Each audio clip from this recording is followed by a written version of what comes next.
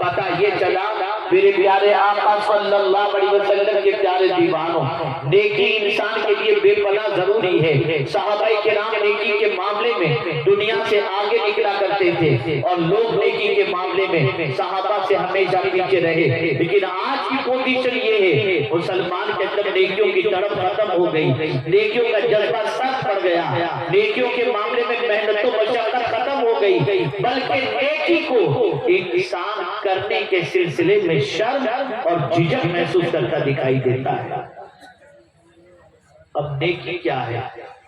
آپ کہیں گے حضرت نیکی بتائیے، تو یہاں ایک حدیث آپ کے سامنے پیش کروں۔ حضرت وابصہ رضی اللہ تعالیٰ عنہ، حضرت وابصہ رضی اللہ تعالیٰ عنہ کے دل میں یہ خیال پیدا ہوا کہ میں حضور صلی اللہ علیہ وسلم سے ایک سوال کروں۔ اللہ اکبر، آقا کریم صلی اللہ علیہ وسلم کے پاس حاضر آئے، ابھی اپنا سوال پیش بھی نہیں فرمایا، رسول اعظم صلی اللہ علیہ وسلم فرماتے ہیں وابصہ کیا میں بتا دوں تو کیا پوچھنا چاہتا ہے یا تو ہی بتائے گا کہ تو کیا پوچھنا چاہتا ہے؟ عرض کرنے لگے حضور اگر آپ بتا دیں تو سبحان اللہ۔ آقا کریم صلی اللہ علیہ وسلم نے ارشاد فرمایا وابصہ تو یہ پوچھنا چاہتا ہے کہ نیکی کیا ہے اور گناہ کیا ہے؟ میں محسوس کر رہا ہوں وقت بہت زیادہ ہو چکا ہے، ٹھنڈک بھی آپ کو محسوس ہو رہی ہے اور آدھی نیند میں آپ تقریر کو کھا رہے ہیں یا سن رہے ہیں مجھے نہیں معلوم۔ میں آپ کا زیادہ وقت نہیں لوں گا، بس اگر یہ دو چار باتیں آپ نے ذہن میں محفوظ کر لی تو میرا آنا یہاں پر وصول ہو جائے گا۔ نیکی کیا ہے؟ ایک جامع سوال۔ حضرت وابصہ کے دل میں رسول اعظم صلی اللہ علیہ وسلم سے نیکی کے بارے میں پوچھنے کا خیال پیدا ہوا۔ حضور نے سامنے سے فرمایا وابصہ میں بتا دوں تو کیا پوچھنا چاہتا ہے؟ اور پھر حضور نے وضاحت فرمائی تم یہ جاننا چاہتے ہو نا کہ نیکی کیا ہے اور گناہ کیا ہے، بس آپ سن لیجئے اس کو تاکہ ہمیشہ کے لیے ذہن آپ کا مطمئن ہو جائے۔ اب آقا کریم صلی اللہ علیہ وسلم نے فرمایا نیکی کے بارے میں، ارشاد فرمایا نیکی وہ ہے جو تیرے دل کو مطمئن کر دے، نیکی وہ ہے جو تیرے دل کو مطمئن کر دے، اور گناہ وہ ہے جو تیرے دل کو بے قرار کر دے۔ نیکی وہ ہے جو دل کو مطمئن کر دے اور گناہ وہ ہے جو دل کو بے قرار کر دے۔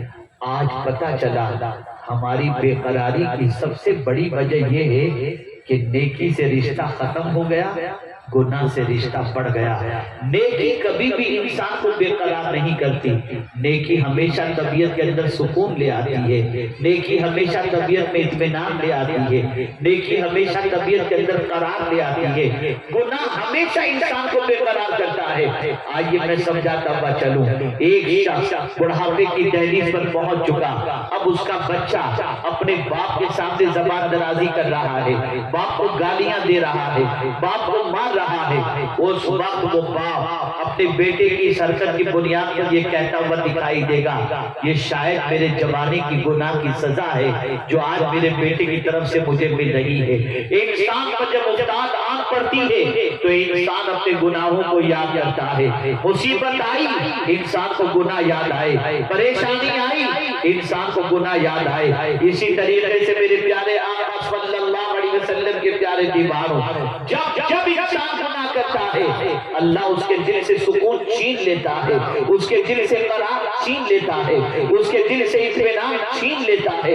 میرے پیارے آقا صلی اللہ علیہ وسلم کے پیارے دیوانوں، کیا وجہ ہے کہ آج معاشرے کے اندر انسان سکون کے لیے نیند کی گولیاں کھاتا ہوا دکھائی دیتا ہے، طبیعت اس کی بے چین نظر آ رہی ہے۔ وجہ سب سے بڑی یہ ہے کہ اٹھتا ہے تو گناہ، بیٹھتا ہے تو گناہ، کھاتا ہے تو گناہ، سوتا ہے تو گناہ، زندگی پوری اس کی گناہوں کے دلدل میں ڈوبتی جا رہی ہے۔ اے رسول اعظم صلی اللہ تعالی علیہ وسلم کے دیوانوں، یاد رکھو نیکی سے رشتہ جوڑو۔ کیا وجہ ہے کہ آج ہماری قوم کی بچیوں کو میک اپ کے استعمال کی ضرورت پڑ رہی ہے، لوگوں کو اچھے فیس واش کی ضرورت پڑ رہی ہے، ورنہ چہرہ چمکتا دمکتا دکھائی نہیں دے گا۔ لیکن جب اللہ والوں کی زندگی کو دیکھتے ہیں تو آپ دنگ رہ جاتی ہے۔ ان کی زندگی میں اضطراب نظر نہیں آتا، ان کی زندگی میں بے قرار نظر نہیں آتا، وہ تو تلوار کے سائے میں بھی پرسکون دکھائی دیتے ہیں، وہ تو مصیبتوں میں بھی مطمئن نظر آتے ہیں۔ وجہ سب سے بڑی یہ ہے کہ ان کی زندگی میں نیکیوں کی کثرت، کتنی کثرت، کتنی نیکیاں۔ میرے غوث پاک رضی اللہ تعالیٰ عنہ کو دیکھو، صرف 5 وقت کی نماز نہیں پڑھتے تھے، بلکہ روزانہ غوث پاک 1000 رکعت نفل پڑھ کر اپنے غلاموں کو دس لے رہے تھے۔ غلاموں ذرا جس غوث کے دامن کو نہ چھوڑنے کی تم دعا کر رہے ہو، ذرا اس غوث کی ذات کا بھی تو تم جائزہ لے۔ نیکی طبیعت کے اندر قرار لے آتی ہے، نیکی طبیعت میں سکون لے آتی ہے۔ اسی لیے آپ دیکھیں اللہ والوں کی زندگی کا جائزہ لیجئے۔ ایک مرتبہ درود شریف پڑھ لیں۔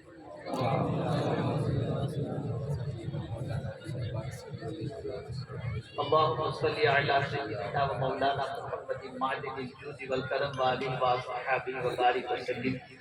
میرے لیے بڑا مشکل ہوتا ہے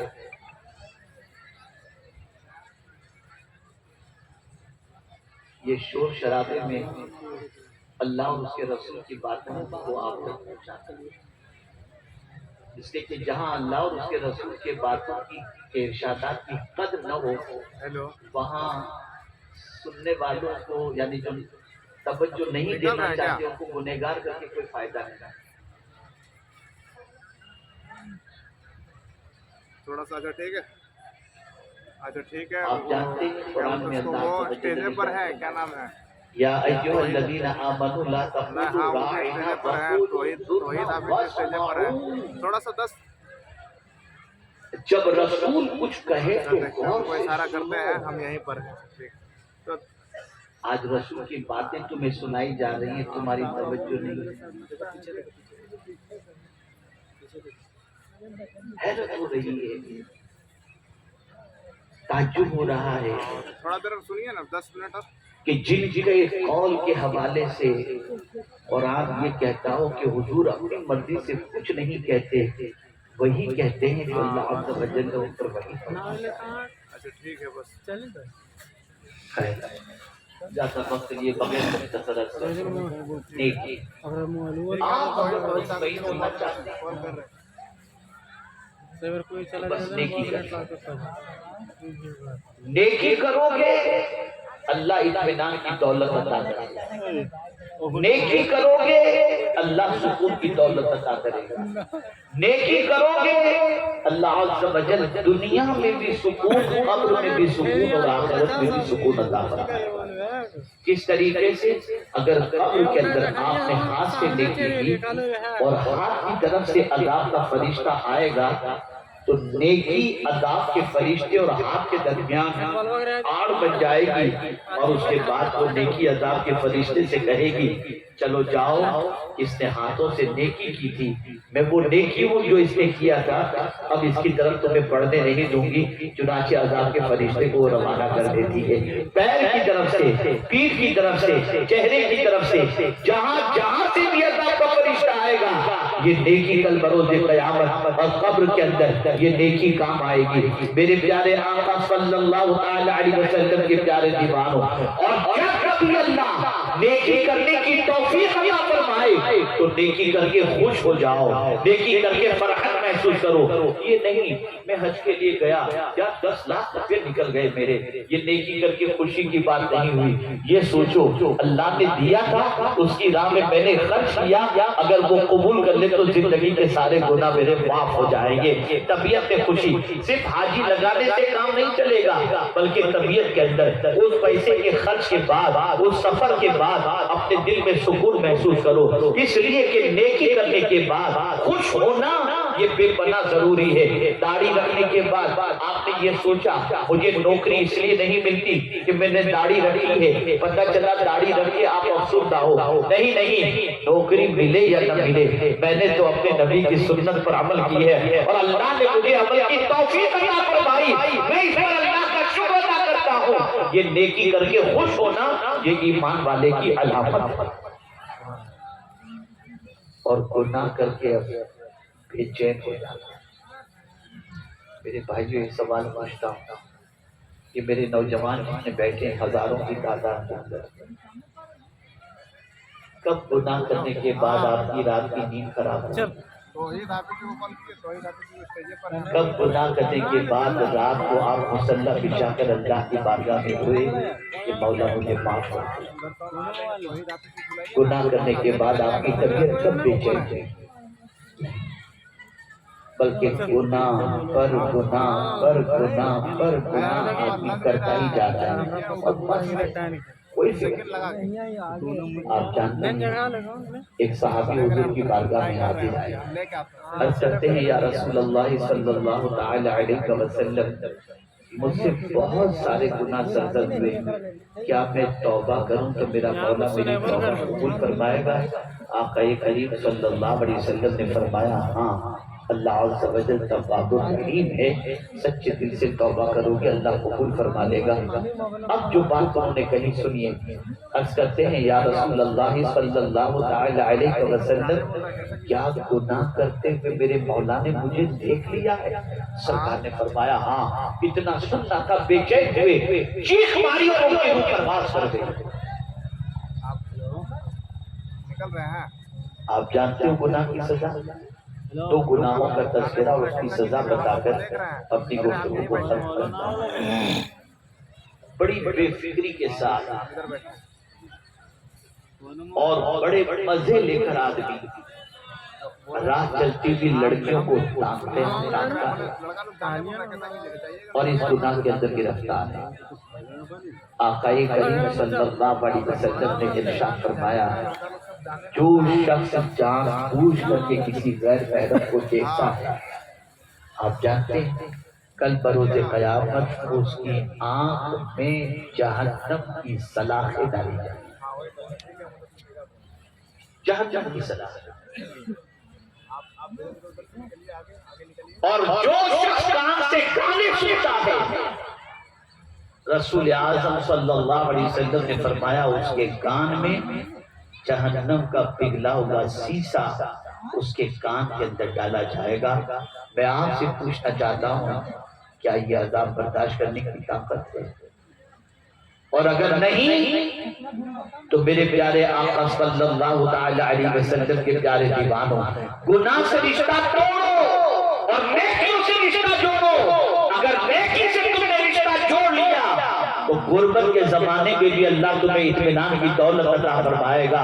تمہیں پریشانی کی زندگی کے اندر بیماری کی حالت ہوگی، تب بھی اللہ عز و جل تمہارے قلب کو اطمینان کی دولت اس طور پر عطا کرے گا کہ تم نے زندگی میں نیکیاں کی ہیں، ان نیکیوں کی بنیاد پر تمہیں سکون کی دولت نصیب ہو جائے گی۔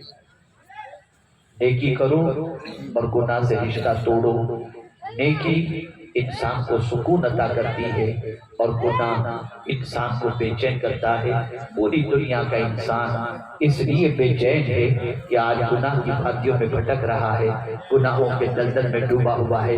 گناہوں کی فہرست بڑی لمبی ہے، لیکن نماز قضا کرنا یہ بہت بڑا گناہ ہے، اتنا بڑا گناہ ہے، اتنا بڑا گناہ ہے کہ غوث پاک رضی اللہ تعالیٰ عنہ فرماتے ہیں بے نمازی مر جائے تو اسے مسلمانوں کے قبرستان میں نہ دفنایا جائے۔ نماز قضا کرنا اتنا بڑا گناہ ہے کہ جو شخص جان بوجھ کر کے نماز قضا کرے اس کا نام جہنم کے دروازے پر لکھ دیا جاتا ہے۔ اے رسول گرامی وقار صلی اللہ علیہ وسلم کے دیوانوں، نیکیاں کرو گناہوں سے نفرت کرو، نماز کی پابندی کرو، برائی سے رشتہ توڑو اور نیکیوں سے رشتہ جوڑو۔